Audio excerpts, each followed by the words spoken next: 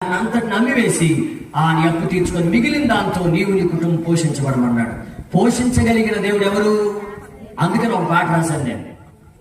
నక్కలకు గొర్రెలు, పక్షులకు కూలును, అరుచు పిల్ల కాకులకు ఆహారం ఇచ్చెనుగా. ఆకాశము నుండి మన్నాను కురిపించి ఇశ్రాయేలు ప్రజలకు ఆకలి తీర్చెనుగా. నిన్ను పోషించగలిగిన దేవుడు నీతో ఉన్నాడు. దిగులు పడకుము, భయపడకుము ఓ క్రైస్తవుడా. ఒకటే నూనె కుండ నుండి ఎన్నో కాలి పాత్రలు, దేవుని మాట ద్వారా అవన్నీ నింపబడెనుగా.